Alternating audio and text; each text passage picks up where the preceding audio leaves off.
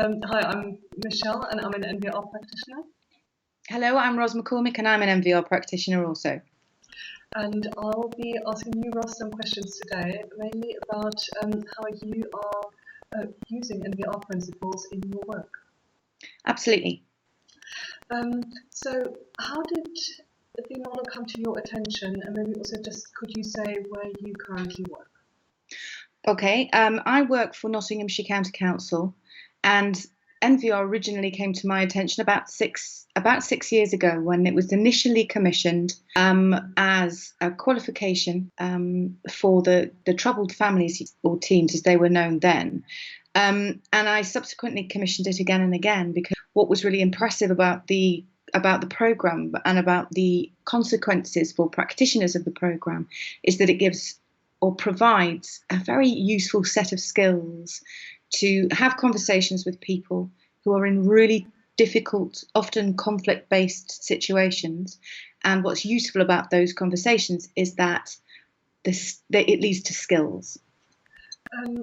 So what does the model sort of address, and how do you use the principles in your work with the people you see? Okay, so I work with professionals. So I work with managers within the authority as a coach and also across the children's workforce as a trainer. And what I noticed when I was first getting familiar with the model was that they were ultimately extremely transferable skills. The principles within the nonviolent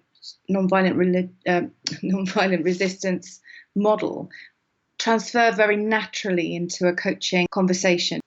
Roz, how did nonviolent resistance initially get into the organisation, and how was it introduced and used? Nonviolent resistance as a model was introduced within Nottinghamshire County Council about 6 years ago, and it was originally part of a programme designed to provide qualifications and experience dealing with complex situations for people that worked with the people identified by the Troubled Families Unit. So it was part of a raft of qualifications designed to assist those professionals because it was identified that conflict was very commonly a feature, and that was a feature that meant that often intervention was difficult to either complete or difficult to successfully complete because the relationship challenges meant that there was difficulty maintaining consistency. Could you say a little bit about how you actually use the principles in your work? Okay, so I have adjusted or adapted the model for working with professionals who are within their professional day-to-day lives experiencing either power difficulties, who are at the effect of power relationships themselves. And in the event that that is preventing them from doing what they want to do professionally, then I will, using the NVR principles, adapt the principles for working specifically with the issues that face that professional. Could you give examples of what professionals come to speak to you about? Sure.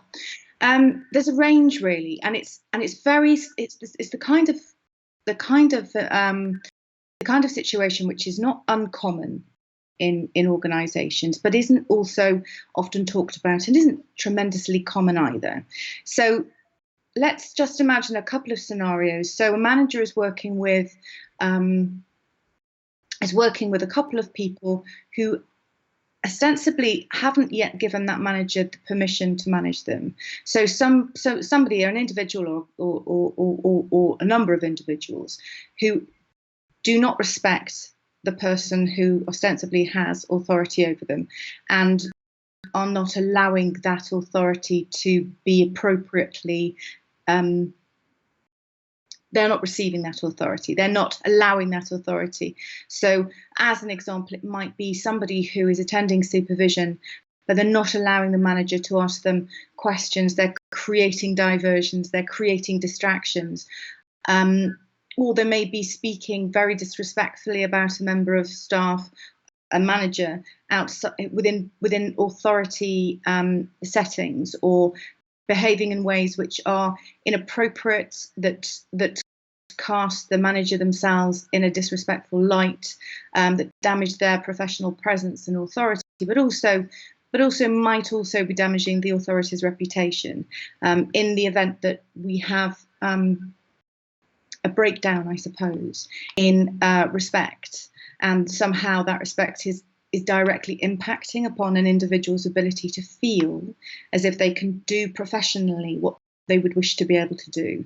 Another example would be if somebody was constantly in need during supervision, but they were not demonstrating any responsibility. And perhaps these examples are light examples. And another example might be where an individual is called very frequently to meetings by somebody who is within their management sphere. But when they arrive at those meetings, they're not allowed to speak, or they're not respected when they're at those meetings.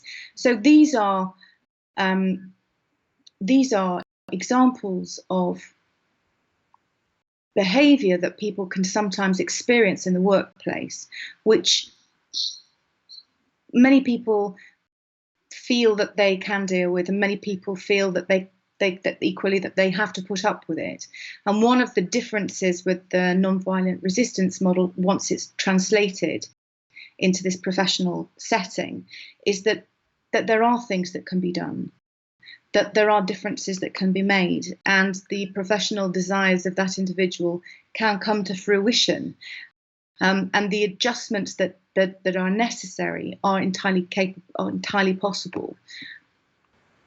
And where would you sort of start? And I'm assuming it depends on what the professional comes to you with, but what might a starting point be? The starting points realistically are: what does the person want to be able to do? What is it that professionally they want to be able to achieve, and how do they want to be able to achieve that? And then the obvious next question is, why do they want to be able to do that? So everybody, or most people, have a desire to equip themselves well to perform, more than adequately in their role, and periodically relationship challenges within the workplace can make that difficult or more difficult for people. And sometimes those challenges directly impact on the capacity of that person to feel as if they can pull off what they desire and what they want to and what they know that they're capable of. So once we've established what it is that they want to do and why they want to be able to do it, the next step is to identify specifically what it is that they're finding blocking that. And this generates a host of examples which are initially attributed out to another person, and then they are ostensibly coming from that person's behaviour. These are things that are creating the trouble for my client, that are creating the block that stops them from being able to create the professional image, create the professional results, do whatever it is that they desire to be able to do and know that they can do. And what changes have you seen through the work you've been offering? The impact on the relationships, on the dynamics. What do you see? What I see is that shift from I want to be able to do it but I can't, into I want to be able to do it and I can see how I can. And the important aspects of nonviolent resistance from everybody that's involved in it, I'm completely convinced by, is that not the desire to do what is difficult or challenging, but to produce successful results in the best way possible, in a way that grows human relationships, in a way that is supportive of the individual and others. And so that what I've seen as a consequence of nonviolent resistance as an adapted model within this professional organisation is that success, is that shift from I can't to I can, and I do know how to. And that movement creates a host of opportunities, because that person has moved from feeling as if their position is defensive and reactionary, which generates more of the same in terms of the difficult relationship.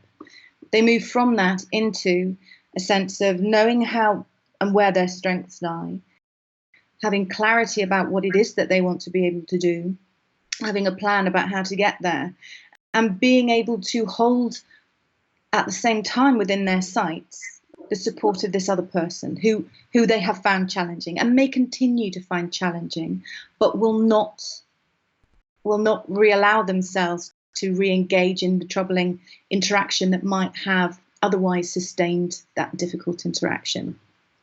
Do you get feedback from others who might be involved in the process about what they see has changed? Yeah, absolutely. There's an ease. There's a greater communicational ease and an improved set of skills. Essentially, the skills that were there, the skills that existed, but more of a clear ability to tap into those and to tap into them confidently.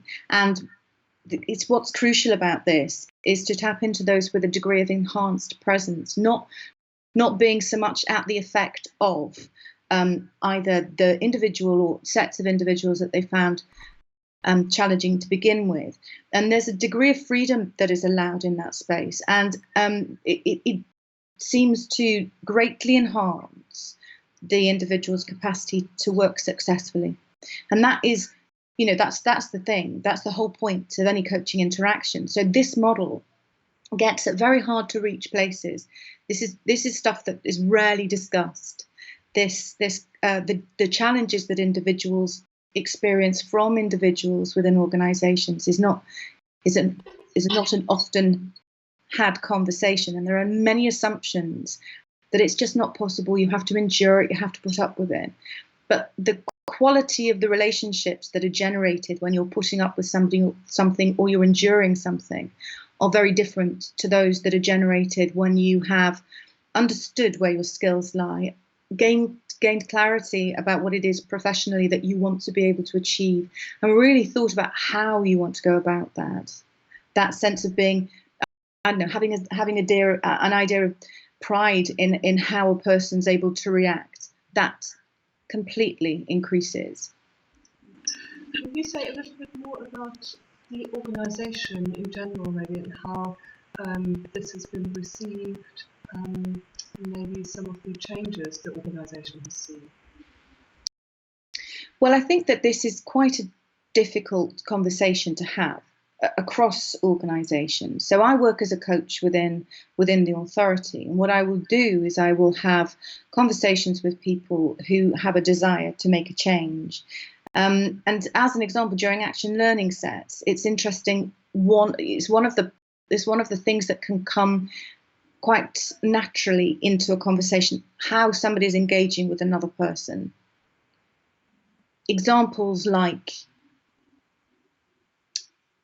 I can't get this person to, or I'm having difficulties achieving cooperation with, or it doesn't matter. I can't, there's any sense of power, any sense of professional helplessness are indications of an opportunity for this model within a coaching setting with a professional, because this sense of professional helplessness decreases the quality of professional relationships, and this decrease in the quality of professional relationships clearly impacts on everything that is happening and on all of the aims, the professional desires of this individual.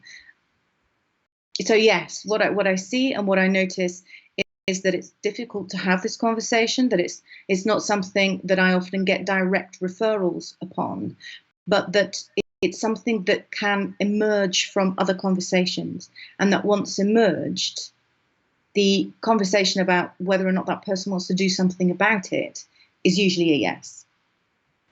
In what way do you think this work has changed your practice? I think that the nonviolent resistance principles, the notion of reconciliation is very interesting to me. In the language, the other way of putting it, from my point of view, is co-empowerment. So how can I do what I want to be able to do whilst supporting another person to do what they want to be able to do? How can I ensure that my professional presence, my professionalism is maintained and supported and grown without there being any sense that there is another person or should be another person at the effect of that. This notion that communication is very important, and the self-awareness, I suppose, of how escalation happens in professional settings. So for you, the question was, how's it changed me? I suppose it's made me much, much more aware of those small interactions that lead to essentially a memory of the experience that is then part of what happens at the next time you meet with that person.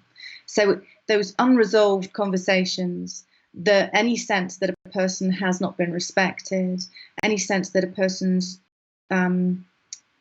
professionalism has not been honoured, all of those small details tend to make a difference.